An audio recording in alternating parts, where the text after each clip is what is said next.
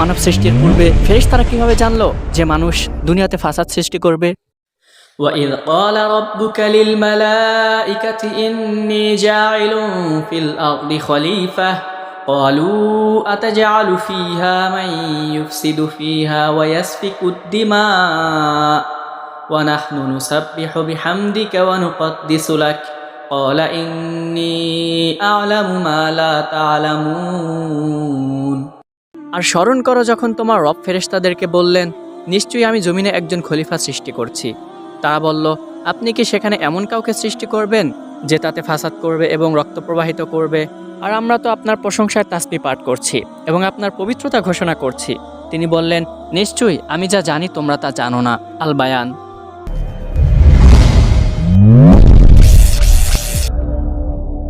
আসসালামু আলাইকুম রহমতুল্লাহ। প্রিয় দর্শকগণ, ভিউয়ার্স অ্যান্ড অডিয়েন্স, সূরা বাকারা 30 নম্বর আয়াতে মহান আল্লাহ রব্বুল আলামিন যে বিষয়টি আলোচনা করেছেন যে মানব সৃষ্টির পূর্বে তিনি ফেরেশতাদেরকে বলেছিলেন, আমি জমিনে একজন খলিফা সৃষ্টি করব, অর্থাৎ মানব জাতি সৃষ্টি করব। তখন ফেরেশতারা বললেন, আপনি কি জমিনে এমন কাউকে সৃষ্টি করবেন যারা সেখানে দাঙ্গা ফাসাদ সৃষ্টি করবে? তাছাড়া আমরা তো আপনার তাসবিহ পাঠ করছি এবং আপনার প্রশংসা করতে থাকি সবসময়, তো এমন কাউকে দুনিয়াতে কেন প্রেরণ করবেন যারা সেখানে ফাসাদ সৃষ্টি করবে? তখন মহান আল্লাহ রব্বুল আলামিন উত্তর দিলেন, আমি যা জানি তোমরা তা জানো না। তো প্রিয় দর্শক, এখানে একটি প্রশ্ন থেকে যায়, সেটি হচ্ছে মহান আল্লাহ রব্বুল আলামিন তো ফেরেশতাদেরকে তেমন কিছু জানাননি, যেটি স্বাভাবিকভাবে আমরা জানি। তাহলে ফেরেশতারা কিভাবে জানলো যে মানব জাতি দুনিয়াতে দাঙ্গা ফাসাদ সৃষ্টি করবে? তো আজকের ভিডিওতে বা কন্টেন্টে আমরা এই বিষয়টি নিয়ে আলোচনা করব। এই বিষয়ে মুফাসসিরগণদের কাছে প্রশ্ন তুলে ধরলে তারা পরস্পরে মতভিন্নতার সাথে কয়েকটি উত্তর পেশ করেন। প্রথম উত্তর হচ্ছে, মহান আল্লাহ রব্বুল আলামিন তার ইবাদতের জন্য দুনিয়াতে মানব জাতির সৃষ্টির পূর্বে জিন প্রজাতি সৃষ্টি করেছিলেন এবং তারা দুনিয়াতে 2000 বছর বসবাস করেছিল। কিন্তু এর মধ্যেই তারা মহান আল্লাহ রব্বুল আলামিনের অবাধ্যতা এবং দুনিয়াতে কলহবাদ সৃষ্টি করতে থাকে। ফলে মহান আল্লাহ রব্বুল আলামিন এই প্রজাতিকে ধ্বংস করে দেন এবং দুনিয়া থেকে বিদায় করে দেন। এই জিন প্রজাতির অবাধ্যতার উপর বিচার করেই ফেরেশতারা মহান আল্লাহ রব্বুল আলামিনের নিকট তার নতুন সৃষ্টির সম্পর্কে মতামত ব্যক্ত করে।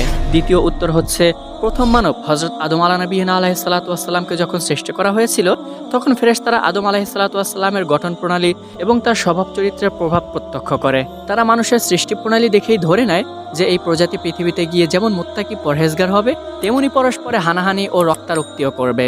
মুফাসসিরগণ 3 নম্বর উত্তর দেন, মানুষকে সৃষ্টি করা হয়েছে শুকনো মাটি থেকে। এই উপাদান থেকে যখন মানুষকে সৃষ্টি করা হয় তখন ফেরেশতারা মাটির গুণাগুণ পরীক্ষা করে দেখে মাটি নির্মিত সৃষ্টি সর্বদা ঝগড়া বিবাদে লিপ্ত হবে। কেননা মাটির উপাদানগত বিশেষ বৈশিষ্ট্য হয়তো এমন যার প্রভাবে প্রক্রিয়াজাতকৃত সমস্ত মৃত্তিকা নির্মিত জীব পরস্পরে কলহ বিবাদে লিপ্ত হবে।